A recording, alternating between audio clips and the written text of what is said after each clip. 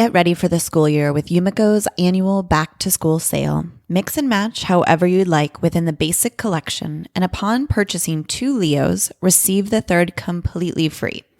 Whether you need black, burgundy, green, rose, or white, they have a handful of different styles to choose from. Kids and men's items are available to order too.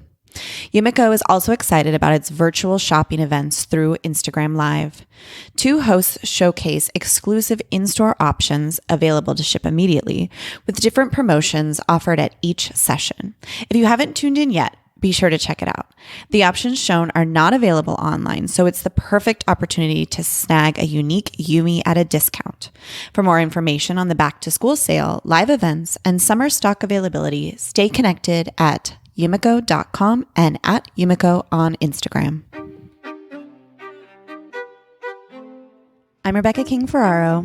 And I'm Michael Breeden, and you're listening to Conversations on Dance. Today we chat with Pittsburgh Ballet Theatre's newly appointed artistic director, Susan Jaffe. Susan was a principal dancer with American Ballet Theatre for 22 years, appearing prominently in the international dance scene and frequently dancing with Mikhail Baryshnikov. She retired from the stage in 2002 at age 40 and went on to serve as an advisor to the chairman of the board of American Ballet Theatre. From 2003 to 2010, she taught at the Jacqueline Onassis School of American Ballet Theatre, and from 2010 to 2012, she worked with American Ballet Theatre as ballet mistress. Since 2012, Ms. Jaffe has been the Dean of Dance at the North Carolina School of the Arts in Winston-Salem. In April 2020, it was announced that Susan would be taking on the role of artistic director at PBT. We talk with Susan about her prolific career, dancing with and for Baryshnikov, her ambition, dealing with career stress, and her new position in the dance world. So, Susan, thank you so much for joining us today via Zoom. Your appointment to the artistic director position at Pittsburgh Ballet Theatre is really one of the few positives that are going on in the dance world right now. So we're really definitely eager to talk about that, but we'd love to start with some of your career and start with a pretty standard question we ask all of our guests, which is, when did you first fall in love with ballet and how did it lead to training?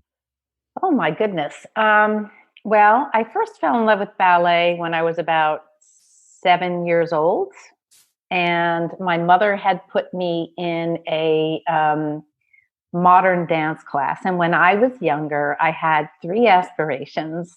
I either wanted to be a famous actress, or I wanted to be a famous singer, or I wanted to be a princess. And so I got 2 out of 3, but anyway. Right, I was going to say.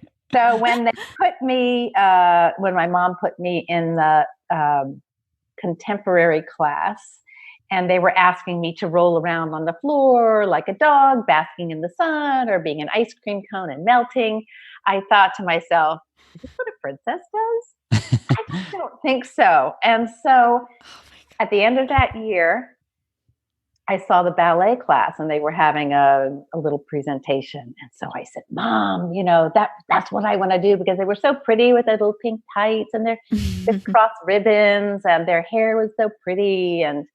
And so I went into that class. This was at the YMCA across the street from my house.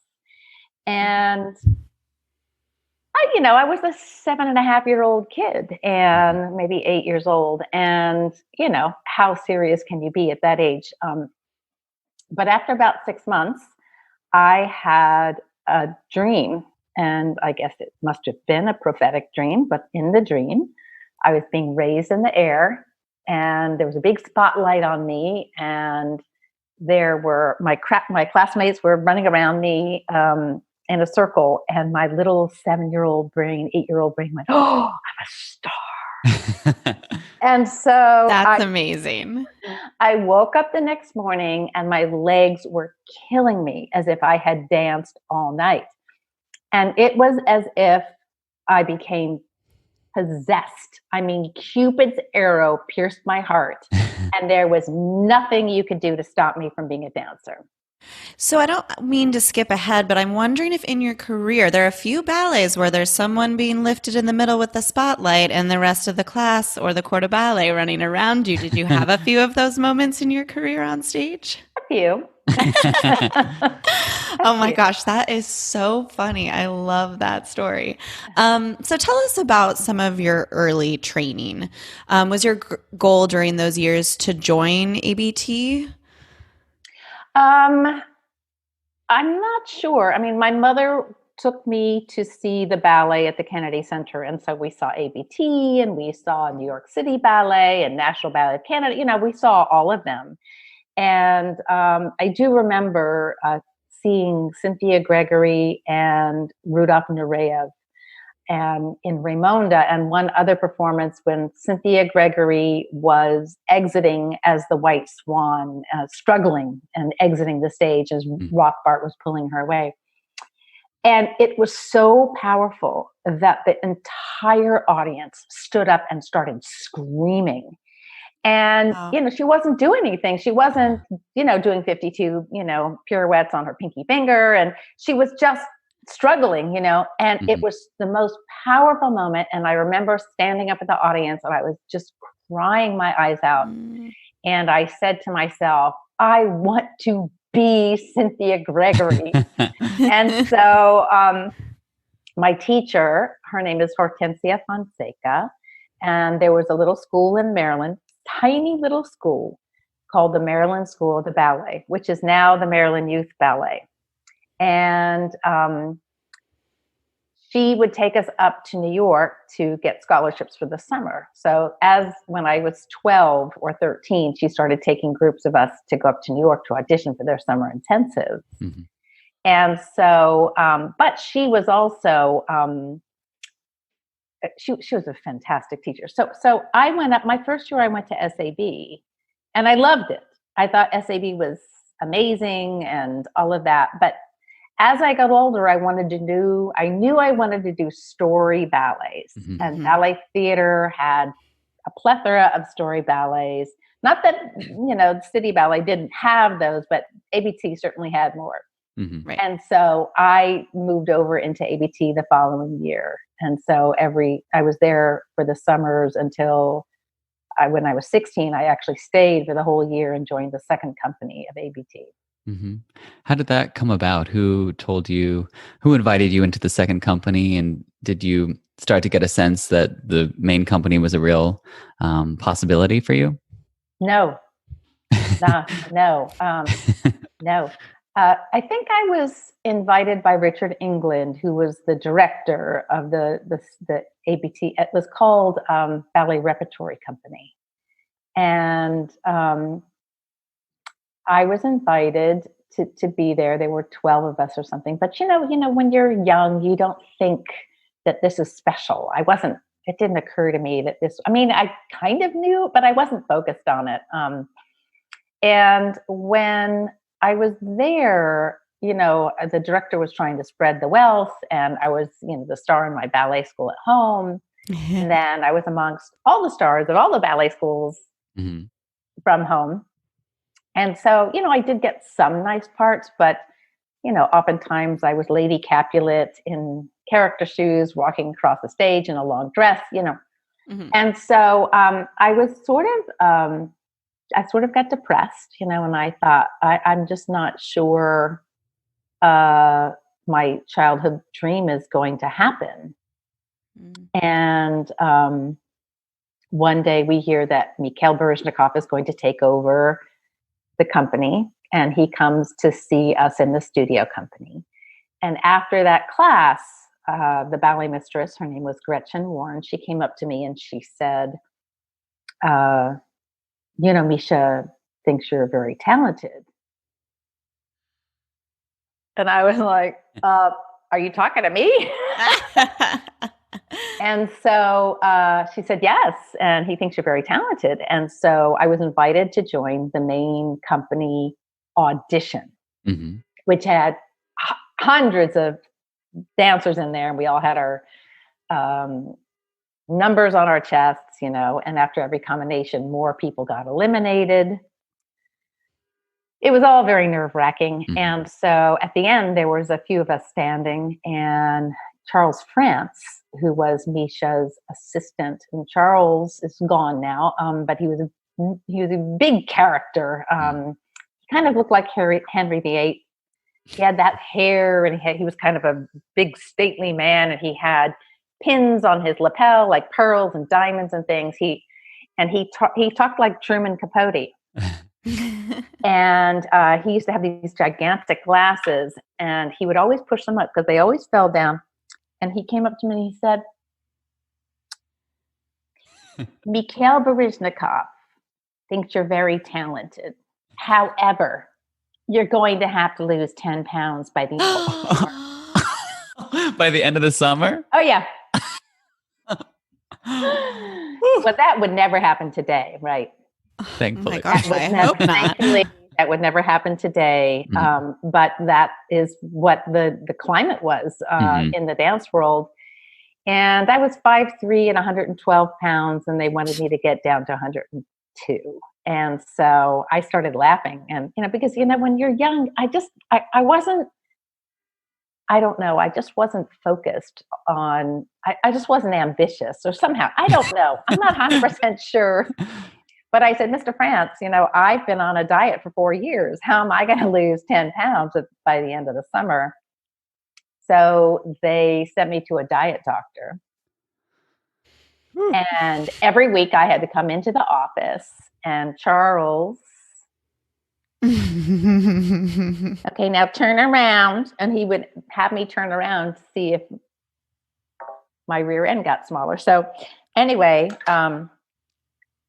I lost 8 out of the 10 pounds. And I had to eat things like liver and onions and Jell-O and things that I did not want to eat. But actually, during that summer, I was working with a choreographer, and the director of the Berlin Ballet came to watch a rehearsal, and he offered me a corps contract, which was just that one little bump above the corps. And so I thought, wow, I think I'm going to go to Berlin.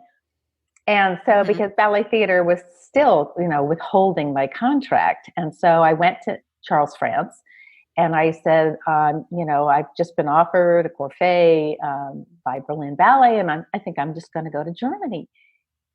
And like in 2 seconds, we're like, here, sign the dotted line right there, and they signed my contract. So, but I wasn't even thinking that I was negotiating, Right. I just was not aware of all these things. And so I joined the company, and a very big tragedy 2 weeks before I joined the company, my mother passed away. And so I got into the company, and I just threw my entire focus into being there. And I was getting soloist roles and even some principal roles. And I was even dancing with Mikhail Baryshnikov in my first 3 months. So I was doing the Coquette and La Sonnambula. I was learning Bourrée Fantasque. I was learning Apollo. I think it was Apollo that first year. Anyway, it was just crazy. But I still, I kept feeling like an imposter. Well, you were so young. I was so young. Did you? So you felt like you weren't ready in terms of your. Was it talent or age or stamina, or what was really the primary mental block there? All of the above. I wasn't ready. It just wasn't ready. I wasn't ready mentally, emotionally, physically. I wasn't even focused on my talent. I wasn't sure, but I kept thinking to myself, when are they going to find out that I don't know how to do this stuff? That's what I kept thinking to myself. And, after the first 3 months, and Kelsey Kirkland and Patrick Bissell did not show up to a dress rehearsal. And Misha came to me, and it was the first show. We were at the Kennedy Center, and it was the first performance of Misha's Reign. And he came up to me and he said, how would you like to go on in the place of Kelsey Kirkland? And it was a pas de deux. No problem. And I said, oh, well, thank you very much. But I'm 18. I just joined the company and I'm going to be in the back row in the shortish doing the Ramonda, and he was like, oh, you'll be fine. So they threw me into a studio with Alexander Goodenough. And 2 days later, I was on the stage, and the only thing I remember about it, well, I remember that I felt like I couldn't even stand up because my legs were shaking so badly. And I had a veil over my face, and the curtain went up, and this big whoosh of cold air, that feeling, that whoosh of cold air comes onto the stage. And the lights were up, and I could see my veil shaking, and the music started. And that's all I remember. Isn't that funny? The show, yeah. Muscle memory just kicks in, and you just did it. I think I was just so. It was such an out of body experience. Let's just put it that way. And then suddenly, I became somebody people wanted to talk about, and I wasn't ready for that. Right. I was not ready. And so what that did was that caused me to work so hard, try to catch up to whatever it is people were supposedly saying about me. And I was at Pilates every morning at 8 on the machines. Not every morning, but probably 4 days a week. I worked with a dramaturg. I was every day off. I was in a museum. I was reading voraciously. I wanted to be an artist. I wanted to be, somebody who was deep and rich and, and physically powerful. And I worked with the guy who created gyrotonics, Julia Horvath, for years. And I worked with a dramaturg and worked with him for years on my roles. And so I did all these extra things because I felt that I just was trying to catch up. Right. So if everybody was kind of talking about you, there was clearly something special there. And I find it's interesting how people react to these situations. You could have easily slipped into, oh, well, I'm clearly awesome then. Like everyone's saying this about me. But you had almost the opposite approach and felt like you were still trying to prove yourself, even though clearly you had. Was there ever a temptation just to kind of sit back and relax and be like, okay, this is fine. I'm clearly doing the right thing. Or was it just always like you felt like you needed to push yourself, just kind of that internal drive? I'm still pushing myself. So I think it's just probably innate. I think dancers have a tendency to be A-types anyway. But I did, I also think dancers are very smart, a lot smarter than we give ourselves credit for when we're dancing. And then when we walk out of our dance career, and once we get the lay of the land, we sort of notice that we kind of putting it all together when other people aren't connecting, And so I thought, wow, that's dance, because we have to multitask on so many different levels, right? And it's emotional, it's spatial, it's musical, it's coordination, and all the stuff that your body is just, it's so intelligent. Yeah. And it does feed your brain. Anyway, I went off on a tangent. I like it. We love it. But I like that. I was just going to say that that's one of my favorite parts about doing this podcast, is that I think people don't always realize how intelligent dancers are and how much thought goes behind everything that they see on stage. And so it's really fun to be able to shine a light on that, because there is such an innate intelligence. So I went off on your tangent, but yeah, thank you. And we're very detail oriented. I mean, it's just somewhere in the general area of just isn't quite good enough for us, right? We have to hit the mark, right? So actually, when I became a dean, it was time for me to get an executive assistant. I said, I want a former dancer, because a former dancer will get it done. Makes the best employees. Get it done. Yeah. We'll be meticulous and we'll get it done. And no matter what, and I think we're all like that. I think we just have that because we've had to literally work with an imperfect instrument, our bodies, right? Beautifully, wonderfully imperfect. asymmetrical. You know, I mean, Barbie has a perfect body, but that's it, you know, Oh. and literally sculpt our bodies into something beautiful and something that creates poetry and emotion and story. And that takes a very special kind of person, you know, because you have to literally push through what is almost impossible to do. Right. Yeah. I want to go back for 1 second and talk about the moment when you went from, lose 8 pounds, 10 pounds in 5 minutes to almost, overnight, then you're performing principal roles with Baryshnikov and other esteemed dancers of the era. So was that transition jarring, or do you think that your youth insulated you? No, it was. I mean, let's just put it this way: it was very jarring. But something inside me, because I had seen dancers get opportunity and crumble and have to leave the company, like literally can't handle it. Right. And so I saw 1, 2, 3, I saw 4 dancers that happened to. And I'm kind of I'm a survivor. My personality is that of a survivor. And I thought, my God, how many people get this opportunity? And I am going to do everything I can to make sure that I don't lose this opportunity, because I could lose it. I could become egotistical. I could get an eating disorder. I could go nuts. I had a lot of choices as to what I wanted to do. Right.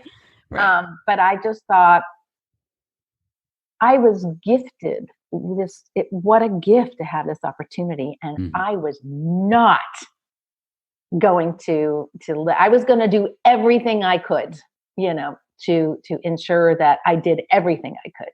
Right. And so it was daunting. I mean, there I was walking in the hallways, and there was Makarova and Cynthia Gregory and Fernanda Bajones and Goodenough and Gelsey and, Baryshnikov and all these people who I had grown up watching. And, it was just very hard to feel adequate next to all these people. Right.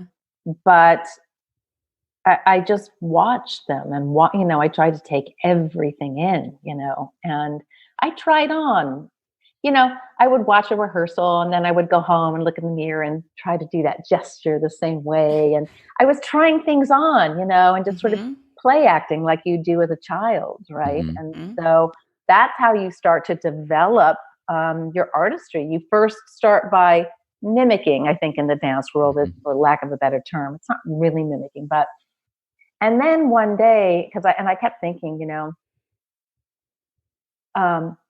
everybody, all those artists had so much to say. And what do I have to say? I couldn't think of anything, I think I just grew up in Bethesda, Maryland. I didn't have this big exotic, defection from Russia or, all of those things. Right. And so after about 10 years, to go back to Rebecca, initially, after about 10, or maybe it was you, after about 10 years, I finally went, okay, now I'm sort of ready to be Jaffe. Right. And so, but it also came with a deep acceptance, which was hard for me, to accept that I had something to say. And that everybody has a story. Everybody has something important to say. And everybody has something that is deep and meaningful and worth sharing.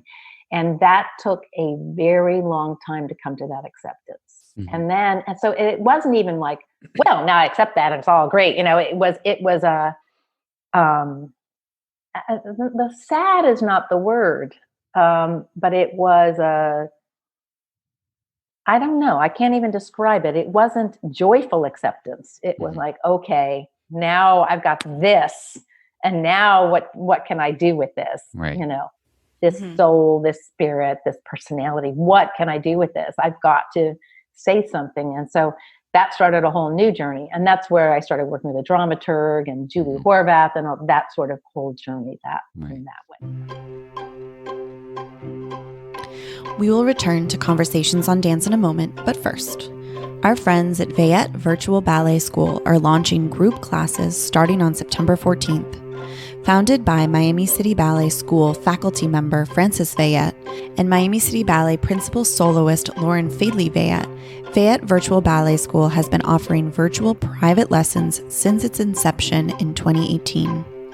As students and their families grapple with making the decision of whether to return to in-person training, VVBS has created an affordable online group class alternative designed to offer regularly scheduled classes to different levels. Now accepting enrollments, students will be placed into one of 4 different levels within the program, with classes to fit every schedule.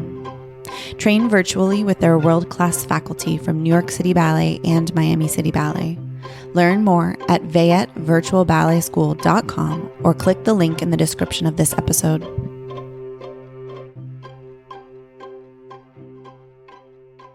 So in those 10 years, you were still having to go out there and do, you did your debut in Swan Lake super young. I think you were still a teenager.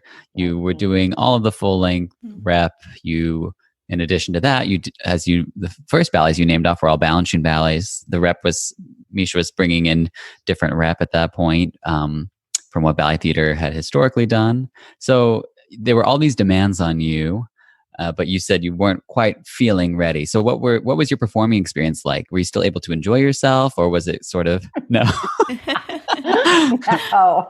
No. I mean, the mixture of exhilaration and fear, let's just put it that way. Right. So is that enjoyable? To a certain extent. Sure. And I remember when I did my first Gamzatti, oh my gosh, I was so not ready to be Gamzatti. And, her legs were powerful and I just didn't have a jump at that time, or a strong enough jump in my view.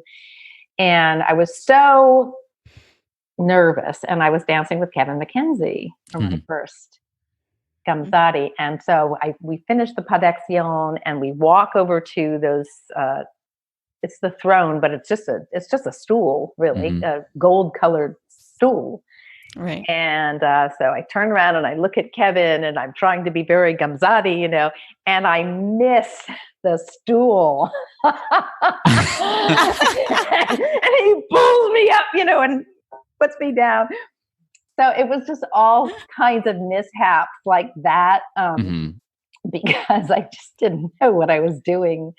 But it's so interesting because I think as I got older, I certainly recognized the things that I had to offer to the roles and all of that. Right. But I retired, and somebody had given me a disc of my first performance of Pas d'Esclave with Good Enough.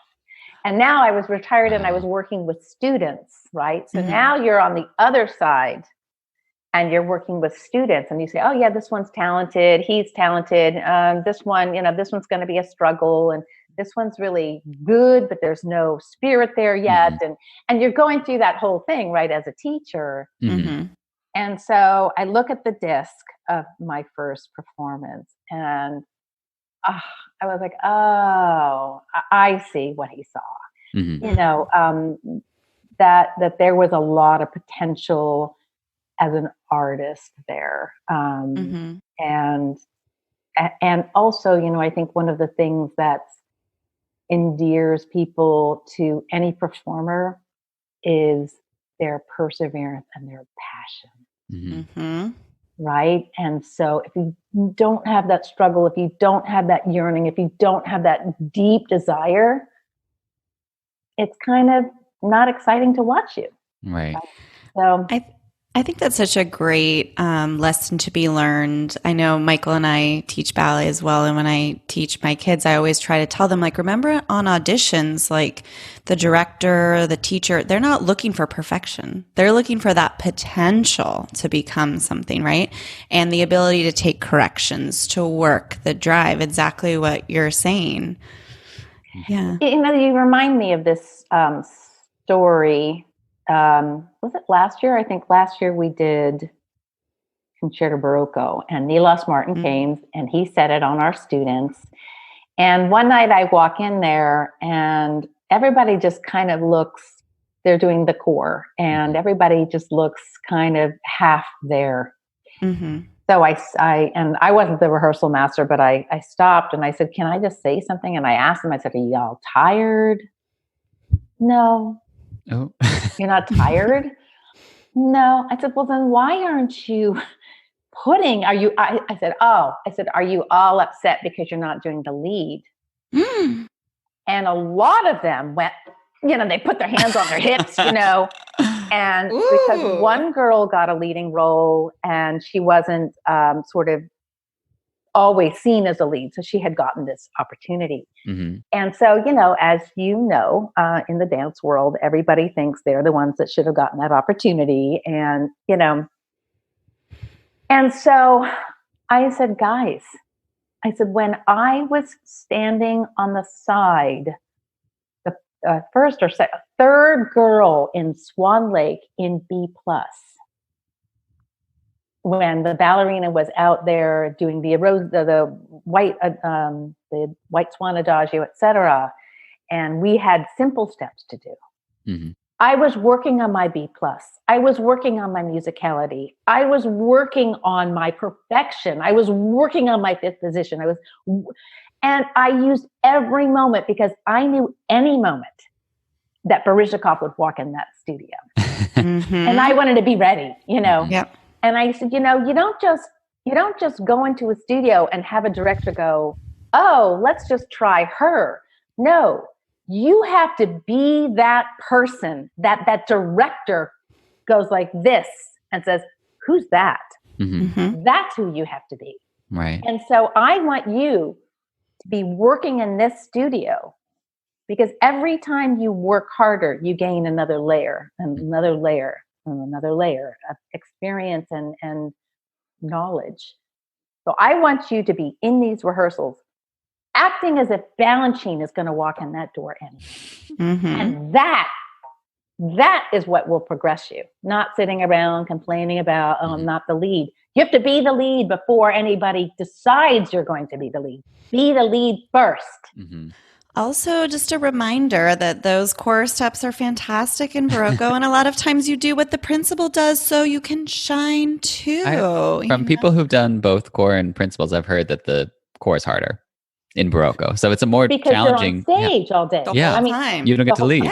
Yeah, you never lead. It's true. Mm-hmm. Yeah. And it's gorgeous. And when I said to them, everybody in City Ballet, all those people in the core, they're all soloists. Mm-hmm. Mm-hmm. Right? I mean, you can't hide in Barocco, right? No. You just can't hide. So, I think they did get better, actually. The second run through was much better. So. I also love that little motivator. I think it's okay to play little mind games with yourself. You already talked about like trying something on from another dancer.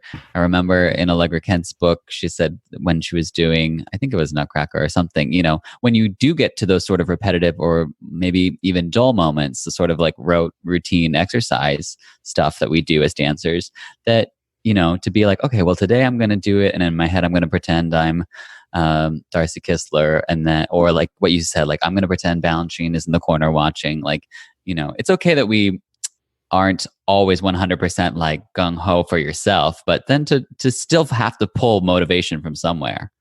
Yeah, I mean, I remember I did a performance in Brazil. We had finished our Met season. We went to Brazil, and I was so burnt out that season. I was so tired, and I had to do second act Bayadere, and I thought, how the heck am I going to get through this show? Mm-hmm. I had the 50,000 Bayadares, Right. And so I decided that day that I would just focus on the music.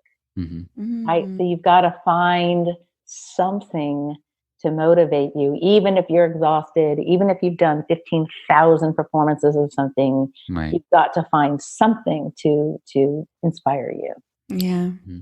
I want to go back a little bit to how you mentioned that it took you about 10 years to kind of get into that acceptance place of who you are and what you had to say. But you mentioned also that a lot of those performances during those 10 years were really scary and very nerve-wracking. So for a lot of dancers, we experience a lot of those nerves and stage fright. What were some of like the tips and tricks and things that helped you kind of navigate that and still get something from your performances? Well, I had to do a lot to get myself to not be nervous and to focus in a way. And I took up meditation and read voraciously about, and a lot of it was spiritual, just who are we as human beings? What is humanity? Who am I? It's all those questions that you want to ask yourself. And also, how you understand how your mind can just play really dirty tricks on you. And so I worked with a lot of different tools, and it literally changed my life. It changed, people kept saying, what happened to Susan Jaffe? She transformed. I mean, before she was just a technician, and something happened. And it probably happened over the course of, I don't remember how, but anyway, they all said, oh, it must be her new coach, Kopakova. Now, I had a beautiful new coach, Irina Kopakova, who was the prima ballerina of the Kirov and Misha's mentor. And that's true. But I think it was much deeper than that. It was much deeper than, of course, the coaching, absolutely no question, but it was definitely much deeper than that.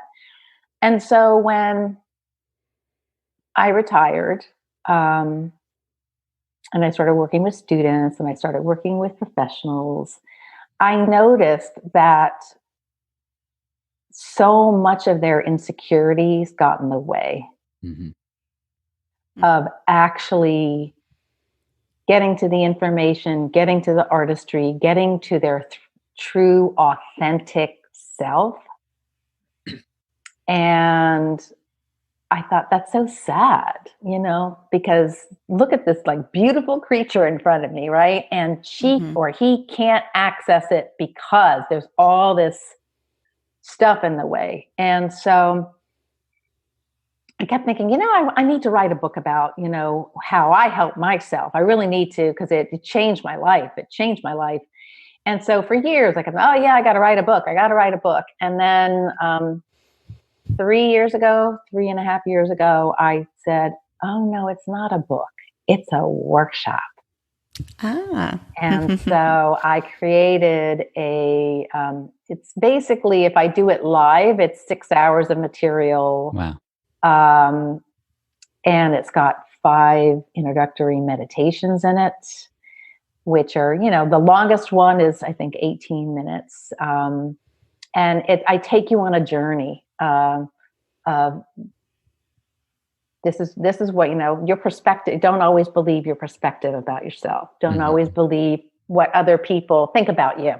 Right. Because if you always worry about what other people think about you, you'll never become self-realized. And I just take you through this journey. And then adding in exercises. It's got a 40-page workbook.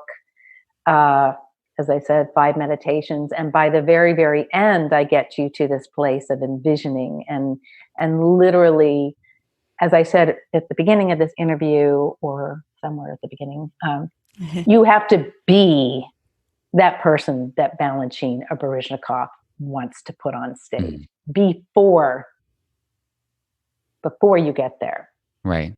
And so that is, at the end, I give you this exercise and meditation to do exactly that. Right. To become the person you have the potential to be, like through your energy, through your DNA, through your thought processes. And so, and so that's what I did. And it was a labor of love. It took me 2.5 years to create. And I actually put it up online, and it's called... How can people access it if they're listening? Oh, well, you just go to www.susanjaffe.com. And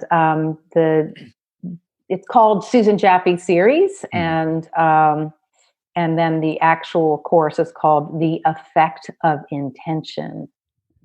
And so, yeah. And this is all reminding me when I was at SAB, the JKA school had just started, and a lot of my closest friends were there. And I remember them all talking about your classes. Everyone loved you. They all felt very close to you, but a lot of it was primarily based on what you were offering, I think, from an emotional perspective or the sort of mental aspect of performing. And it sounds like it's really interesting to think now, to follow, as you've spoken, like to follow your journey from sort of confusion or discomfort with performing, and then acceptance, and then how you impart that on your students, and now ultimately to this workshop. I think that's really a cool through line to follow there. Yeah. It's really, I just thought, this is my gift to the dance world, because I look at other, athletes have sports psychology. Yeah. Right. And they get that support, and dancers don't have that support. Just point your feet, stand up straight, they just do what we say. Yeah. All of those things. Yeah. And what's different about us with athletes is that we are interpreters of human stories. Right. So we have to know who we are. And in order to really be able to interpret any character authentically, you have to know who you are. And as you get to know who you are, you get to understand humanity on a deeper level, right? So that's why it wasn't just sports psychology for dancers. It was to get inside of yourself as well. Right. So cool. So. It sounds like you've obviously been accruing a lot of leadership skills over your time in the ballet world, and now that's sort of culminating in your position as artistic director at Pittsburgh Ballet Theatre. When did you become aware that the position was available, and why did you think that this would be a good fit for you? I think being a dean kind of prepares you to be an artistic director. I felt like my job here at UNCSA, I'm still in Winston right now. I used to describe it laughingly that being a dean is like being in front of a tennis ball machine on high. and your job is to catch all the balls. Right. And so you have so many different aspects, as a dean. And one of the things, I hired a fantastic faculty and all of that. But one of the things that I thought, it's just a shame that I just don't get to be in the studio all that much, because I'm busy taking care of my faculty, the students, the strategic plans, the fundraising, and so I always thought, I worked with all those legends, and that's the way the dance world passes on knowledge, is through people, right? And so I did think that maybe one day, if the right artistic director job came up, that is what I would go for it. I'd throw my hat in the ring. And so this one came up, and this company has all the elements to it. It's got full length, it's got balancing, it's got contemporary ballet, it's got this whole array of repertory, and sort of similar to what I grew up with. And so it just felt like a really good fit. And then also Terrence Orr was a ballet master at Ballet Theatre, and one of my heroes when I was just brand new in the company. And so I thought, God, wouldn't it be amazing if he could hand that company off to me? And so I applied. Just before we let you go in 1 minute, I have just one more question. If there was one element about company life that you've experienced in the past that you would like to change as a director, what would it be?